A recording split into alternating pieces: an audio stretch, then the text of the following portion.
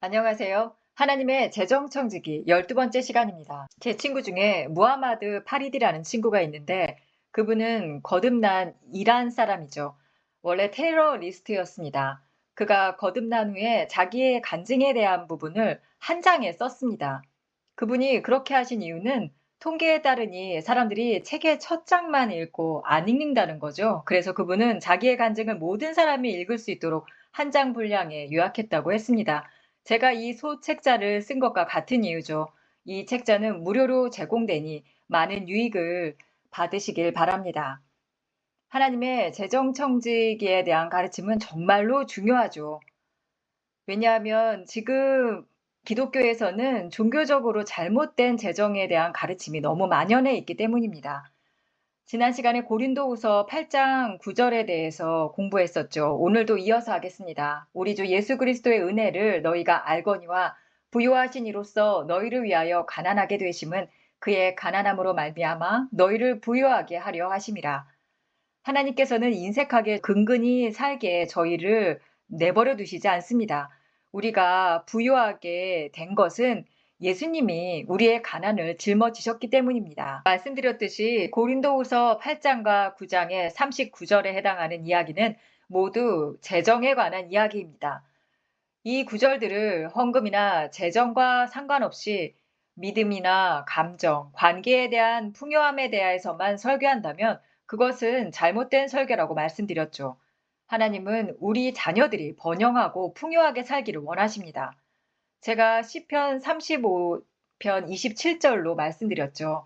하나님께서는 하나님의 자녀들이 형통하길 바라신다고요. 하나님은 우리 자녀들이 번영하기를 기뻐하십니다. 다만 여기서는 동기가 매우 중요하죠. 고린도전서 13장 3절이 그 동기를 잘 말해주고 있습니다. 즉 다시 말해서 고린도전서 13장에선 사랑이 동기가 아니면 모든 구제와 희생도 내게 아무 유익이 없다고 하시죠. 여기서의 동기는 정말 중요하죠. 사랑이 없으면 아무런 유익이 없다고 말씀하십니다. 즉 모든 헌금과 헌신이 사랑이 동기가 아닌 것이라면 그것을 의지하고 쌓아두고 움켜쥐려는 동기라면 일단 긁어 모으고 자기 유익을 위해서 저장하는 데만 있다면 그 동기는 경건하지 않고 오히려 하나님의 재정의 흐름을 막게 되는 것이죠.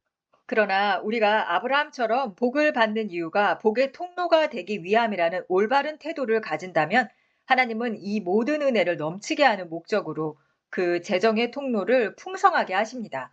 고린도후서 9장 8절에 하나님이 능히 모든 은혜를 너희에게 넘치게 하시나니 이는 너희로 모든 일에 항상 모든 것이 넉넉해서 선한 일에 넘치게 하려 하신다고 하시죠. 하나님은 우리가 선한 일을 풍성히 행할 수 있도록 부유해지기를 원하시는 것입니다. 하나님은 여러분이 크게 기부하는 사람이 되기를 원하십니다. 많은 소유가 아니라 많이 베푸는 사람이 되기를 원하시죠. 하나님은 우리가 더 많은 것을 얻을 수 있도록 축복하고 싶어 하십니다. 물질 소유 자체는 죄가 아니죠. 그렇지만 그것이 하나님 나라의 우선의 부산물이 되어야 된다는 말씀입니다. 바울이 이 고린도 교회에서 말씀하고 있는 것도 이런 이유가 있죠. 몇몇 사람을 미리 보냈습니다. 이전에 그들이 헌금에 참여하고 싶다고 말한 것들을 이루게 하기 위해서 그 결심을 실행하는 데 돕기 위해서 사람을 미리 보내죠. 실제로 그들이 와서 이 헌금을 받을 때 부끄럽거나 민망한 일이 발생하지 않기를 바래서였습니다. 그들이 기꺼이 말한 대로 충분히 헌금할 수 있도록 미리 편지를 보낸 것입니다. 고린도전서 9장 5절. 그러므로 형제들로 먼저 가서 너희가 전에 약속한 연보를 미리 준비하게 하라. 억지가 아니라 참 연보답게 하라. 또 있는 대로 받으신다고 말씀하십니다. 그런데 간혹 이 말씀을 붙들고 그럼 조금만 헌금하겠습니다. 강요가 아니라면서요? 라고 말씀하시는 분들도 있죠. 강요가 아니라고 했으니 살짝만 드리겠습니다. 이렇게 말씀하시죠. 물론 그게 문제가 되지는 않습니다. 절대 어떤 목사님도 성도들에게 강요로 헌금을 하게 하지 않죠. 하지만 사도 바울이 고린도전서 9장 6절에서 말씀하고 있는 것은 적게 심는 자는 적게 거두고 많이 심는 자는 많이 거둔다는 말씀입니다. 그러니까 여기에서는 강요는 없지만 참여와 헌신, 심음과 거둠의 원리가 분명히 존재함을 말씀하고 있습니다. 이것은 씨 뿌리는 원리와 같죠. 씨앗은 이 들임의 훌륭한 비유가 됩니다. 땅에 묻었다고 사라지는 게 아니죠. 씨앗을 심으면 그 씨앗은 그냥 사라지지도 않습니다. 씨앗을 심으면 그 씨앗이 싹을 틔우고 줄기가 자라고 마침내는 열매를 맺죠. 옥수수 씨앗에 대해서 말하는 것처럼 열매를 맺습니다. 농부들은 옥수수 알갱이 하나를 심으면 옥수수 나달이 나오고 그 각 알갱이는 옥수수 이삭에 두세 개씩 더 맺는다고 합니다. 각 이삭에는 옥수수 알갱이가 700개가 넘게 된다고 합니다. 옥수수 알갱이 하나를 심으면 말이죠. 최소 1,400에서 2,100개의 알갱이가 돌아오는 이치입니다. 그리고 일부는 취하고 다시 또 심게 되겠죠. 또 이렇게 700개의 알을 심게 되면 그 각각이 다시 수천 배를 맺어서 몇 세대에 걸치면 광대한 옥수수 밭이 되는 원리입니다. 여러분, 우리가 심을 때 영적으로 이런 일들이 발생하는 것입니다. 우리가 드릴 때 일어나는 게 이 증가의 법칙이에요. 어떤 분들은 아깝지만 이 헌금은 요만큼은 내야 되겠다. 아, 이제 이 돈은 갔다. 안녕. 이렇게 여기시죠. 하지만 어떤 농부가 그렇게 생각할까요? 농부는 그렇게 생각하지 않습니다. 심은 씨는 사라지는 게 아니라 1,400배에서 2,100배로 돌아올 미래의 수확을 예상하죠. 그렇게 기대하면서 농부는 씨를 뿌립니다. 투자도 마찬가지 아닙니까? 우리가 채권이나 주식을 사면서 100달러는 영영 못 보겠구나 이렇게 하지 않습니다. 수익률이 5%면 1년이나 2년 뒤에 아, 내가 얼마를 얻겠구나 라고 증가를 계산합니다. 이거는 떠나보내는 것이 아니죠. 이것은 투자입니다. 이렇게 돈에 대해서 바르게 이해하면 새로운 시각이 열립니다. 하나님의 재정의 원리가 이것을 기반으로 합니다. 이렇게 제대로 이해하면 올바른 태도를 갖게 되죠. 고린도전서 13장 3절의 태도가 잘못되면 아무 소용이 없지만 그러나 올바른 태도로 돈이 우리의 삶에서 결코 떠나지 않을 것이라고 인정한다면 그것은 우리의 미래로 돌아와 우리의 삶을 풍성하게 만들어줍니다. 이 곱하기의 법칙대로 말이죠. 뿌린 대로 거둔다는 바울의 말씀대로 말입니다. 하지만 바울은 이렇게 말하죠. 강요는 없지만 적게 주면 적게 거두고 많이 주면 많이 거둔다는 원리를 말하고 있습니다. 농부는 감당할 수 있는 최대한의 씨를 뿌리지 않나요?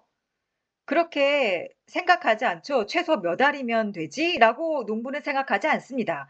얼마나 많이 심을 수 있을까를 생각하죠. 왜냐하면 이 씨 뿌리는 비유도 마찬가지로 덧셈이 아니라 곱셈의 원칙으로 증폭하기 때문입니다. 우리들이 할 수 있는 만큼 주고 땅에 많이 심는 농부의 씨 뿌리는 원리가 이 하나님의 재정의 원리입니다. 우리가 큰 수확을 원한다면 많이 심어야 하죠. 이 말씀이 미친 생각처럼 들릴 수 있겠지만 한 알의 작은 미라를 가져다가 심는데 온 밭에 밀을 수확하고 싶어 한다는 것이 미친 생각이죠. 그렇지 않은가요? 밭 전체를 수확하고 싶다면 온 밭에 씨를 뿌려야 하겠죠. 큰 수확을 원한다면 큰 시간을 내야 합니다. 많은 씨를 뿌려야 하죠. 자신이 줄 때 그 돈만 보지 마십시오. 그런데 일부 성도분들은 이 돈은 유용했는데 이제 내 손을 떠나갔네. 이렇게 생각하십니다. 그것은 잘못된 생각입니다. 다시 말씀드리지만 바울은 적게 심으면 적게, 많이 심으면 많이라고 하죠. 큰 추수를 원하면 큰 씨를 뿌려야 합니다. 고린도후서 9장 6절의 말씀처럼 말이죠. 이렇게 바울의 주장대로 큰 수확을 원한다면 크고 많은 씨앗을 심으셔야 합니다. 제가 TV 사역을 시작할 무렵에 한 친구가 일반 공중파 TV에 출연하기를 권했죠. 기독교 방송이 아니고요. 그들은 여러 해 동안 이미 공중파 TV에 출연했던 분들이었습니다. 그러나 비용이 더 많이 들었습니다. 그래서 저에게는 큰 도약이 필요했죠. 그래서 저 같은 경우에는 저에게 하나님이 TV 사역을 주셨을 때 제가 TV에 출연하기 전부터 일반 방송에 출연하는 제 지인분들에게 헌금을 해서 제 TV 사역을 심었습니다. 매달 4천만 원 정도를 헌금을 해왔죠. 그러니까 제 말씀은 제가 TV 사역에 대한 비전을 받았을 때 제가 TV에 출연하기 전부터 먼저 이미 그 사역을 하고 있는 분들을 향해 제 씨앗을 뿌렸습니다. TV 사역을 하는 곳에 4천만 원씩 매달 기부를 했죠. 저는 건축도 그렇게 심었습니다. 제가 교회 건물이 필요했을 때 이미 교회 헌금으로 건축 헌금이 필요했던 곳에 매달 4천만 원에서 7천만 원 정도를 기부했습니다. 그곳에 씨를 뿌림으로써 저에게도 하나님이 열매 맺게 해주시는 것을 제가 그 원리를 깨달았기 때문입니다. 그렇게 씨앗을 심기 시작했습니다. 이것이 바로 원리입니다. 이 말씀을 좋아하지 않는 분들이 많다는 걸 알고 있습니다. 불쾌할 수 있어요. 저 사람 미친 거 아니야? 이렇게 말씀하시기도 하죠. 그러나 씨가 각기 싹 터서 열매 맺는 것을 아는 농부와 같이 이 원리는 크게 다르지 않습니다. 저는 필요가 생기면 먼저 씨부터 심습니다. 말씀 그대로죠. 어떤 분은 불편하실 수 있어요. 그렇게 배우셔 왔으니까요. 거슬릴지라도 저는 성경 그대로를 전하고 있을 뿐입니다. 바울은 당신들이 원했던 그 연보를 받도록 사람들을 보낸다고 적혀 있습니다. 여러분의 너그러움을 자랑했고 1년 전부터 먼저 드리기를 원했다고도 말했죠. 우리가 꼭 참여하게 해달라고 간청까지 했던 고린도 교회였습니다. 그래서 부끄럽지 않게 약속을 실행하도록 미리 사람을 보내서 알려준 것입니다. 자원함이지만 너그러이 심으라. 적게 심으면 적게 거둔다는 권면과 함께 말이죠. 여러분, 저는 지금 성경 그대로 읽고 있습니다. 여러분, 전통으로 오염된 눈을 저는 지금 사랑의 마음으로 열어드리고 싶을 뿐입니다.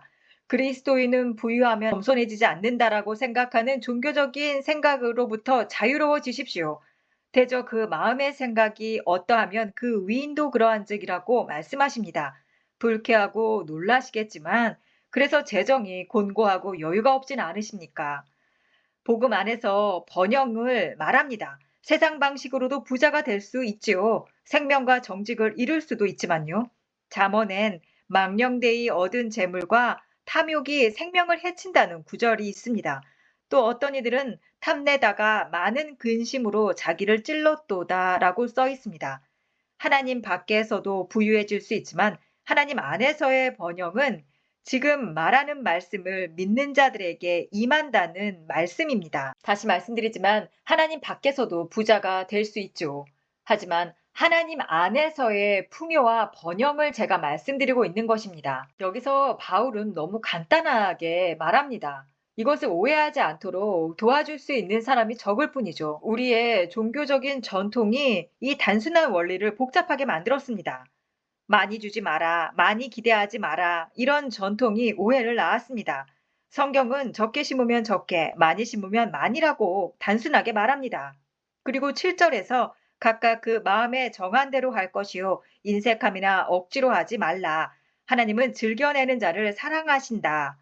이것은 정말 중요한 원리입니다. 아주 큰 진리이죠. 번영을 오용한 사례들도 많았죠. 어떤 사역자들은 성도들을 조종하고 정죄까지도 하지 않았습니까?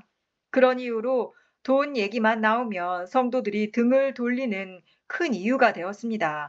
동기가 틀리고 방식이 잘못된 경우가 너무 많았습니다. 성도분들에게 삥을 뜯듯이 강요하는 설교들도 많았죠. 또는 구약의 율법적인 사고방식으로 의무감에 매여서 헌금을 하게도 하는 설교도 많았습니다. 오늘 깊이 다룰 순 없지만 11조를 약간 다루려고 합니다. 말라기 3장을 좀 볼 건데요. 성경에서는 11조가 구약의 율법이 아니라 성경 전체에 흐르는 원리라는 것을 분명히 말하죠. 먼저 창세기 14장에서 11조가 처음 언급되는데 율법이 주어지기 430년 전에 주어집니다. 따라서 11조는 구약의 율법이 아니라 성경 전반에 흐르는 원리라는 말씀이죠. 그것은 율법이 아닙니다. 다만 말라기서 3장 8절의 저주는 율법 체계이고 우리는 갈라디아서 3장에서 그 저주에서 속량받았죠. 다시 말해 말라기에 저주를 피하려고 주는 동기는 고린도후서 9장 7절에 마음에 정한 대로 인색함이나 억지함이 없이라는 것과 충돌합니다. 그러니까 안 주면 저주받는다, 하나님이 치신다, 그런 분위기에서 자랐다면 그것은 사실 잘못된 설교죠. 그런 분위기에서 많이 자라셨을 것입니다. 사실 믿기 어렵지만 그런 설교를 예전에는 정말 했었습니다.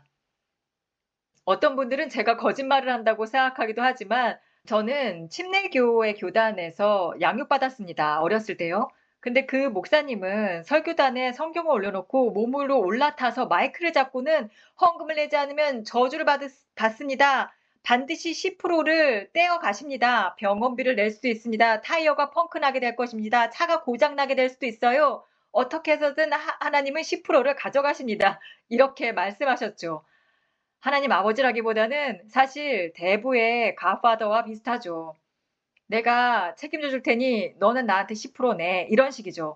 사업장의 유리창을 깨고 화재를 발생시키고 여러 가지 일이 나지 않기를 원한다면 "나한테 보호비 쪽으로 얼마 내." 이런 식으로 해석하는 것이나 다르지 않습니다. 그러나 하나님은 그런 갓파더가 아니죠. 하나님은 이런 공포감으로 빚과 의무감으로 헌금을 강요하시는 분이 절대 아니십니다. 여기서 바울이 말하는 핵심을 위반하는 것이죠. 바로 바울이 말한 핵심, 마음에 정한 대로 인색함이나 억제함이 없이라는 것과 정면적으로 충돌합니다. 마치 저주를 피하기 위해서 11조를 낸다라고 설교하는 것은 완벽히 잘못된 설교입니다. 다시 말씀드리지만 신약이 격려하는 11조의 태도는 저주 회피가 아닙니다. 다시 11조는 율법 이전 창세기 14장의 성경적 원리를 근거로 하죠. 히브리서 7장에서도 11조 자체가 아니라 그 태도가 중요한 것을 말합니다. 또한 고린도전서 13장 3절에 사랑이 아니면 아무 유익이 없다라고 말하는 것도 이 태도와 동기에 대한 강조를 하죠. 말라기 3장 8절에 저주를 피하기 위해 11조를 바친다면 마지못해 주기 때문에 이것은 하나님의 동기와 아무 상관이 없게 됩니다. 이것은 축복의 통로가 될 수 없어요. 이런 태도는 11조의 유익을 무효화시키는 태도입니다. 제가 한 25년쯤 전에 제 총괄 매니저였던 분 말씀을 드리고 싶습니다. 그분은 두 부부가 합산해서 월 수입이 약 480만 원을 조금 넘기는 정도였죠. 지금 들으면 적게 들릴 수도 있지만 당시 제 월급이 98만 원 정도였으니 꽤 큰 액수였겠죠. 30년 전이니까요. 그런데 그분은 자기의 벌은 돈의 11조를 정말 1원 단위까지 정확하게 지켜서 냈습니다. 한 푼 한 푼 모두 X까지 계산을 했거든요. 청구서처럼 모든 11조를 다 계산해서 1원 단위까지도 냈던 분이셨습니다. 매달 그렇게 11조를 내셨어요. 마치 공과금을 내듯이 11조를 내셨었죠. 그런데 그분이 저의 이 설교 말씀을 듣고 마음에 정한 대로 드리기 시작하니까 6개월쯤 지나니 남는 돈이 생겼다는 것입니다. 그 전에는 살림이 빠듯하셨거든요. 그렇게 그분께서 실제로 돈과 저축할 여유가 생겨서 형편이 나아지니 내가 내 마음의 동안대로 내서 예전만큼 안 들였나 보다라고 생각해서 계산을 해보셨다고 해요. 모두 다 계산을 했는데 최근 6개월 평균이 20%에서 24%를 더 넘었다는 것입니다. 예전에 꼼꼼하게 장부를 썼던 11조 냈던 분량보다 더 냈다라는 거죠. 정한 대로 드리니 10%만 낼 때보다 더 많이 드리고 더 많이 풍요로워졌다라는 것입니다. 여기서 말씀드리는 것의 핵심은 바로 마음의 태도입니다. 금액보다 여러분 동기와 태도입니다. 말라기에 저주를 피하려고 인색함, 억지로 기쁨 없이 드리면 하나님의 복을 스스로 제한하는 것이 됩니다. 다시 말해 말라기 3장의 저주를 피하기 위해 마지못해 드리는 그런 태도를 갖지 마시라는 것입니다. 여러분을 축복하고 싶어하는 하나님의 마음을 받아들이십시오. 지금 이 방송을 보시는 많은 분들이 내 태도가 딱 저랬다. 이렇게 마음을 치시는 분들도 계실 거예요. 신약의 헌금 핵심 구절, 즉 각각 마음에 정한 대로 인색함 없이 즐거이 하나님께 드리라. 여기서 이 부분이 핵심 구절입니다. 동기와 태도 말씀이죠. 하나님은 즐겨주는 사람을 사랑하시죠. 여기서 즐거운이란 단어가 무엇인지 아시죠? 힐라오스는 영어의 힐라리어스, 즐거움, 희락을 뜻하는 단어 아닙니까? 어원이 여기서 출발했기 때문입니다. 유쾌하고 기쁘게 드리는 자를 하나님은 사랑하시죠. 저도 그렇습니다. 주는 것을 정말 사랑합니다. 그래서 저희가 축복을 받았죠. 저희는 작년에 연소득의 250%를 헌금으로 드렸습니다. 매년 그렇진 못하지만 쓰지 않아도 될 7억 원이 또 저희에게 선물로 들어와서 그것을 또 그저 흘려보냈습니다.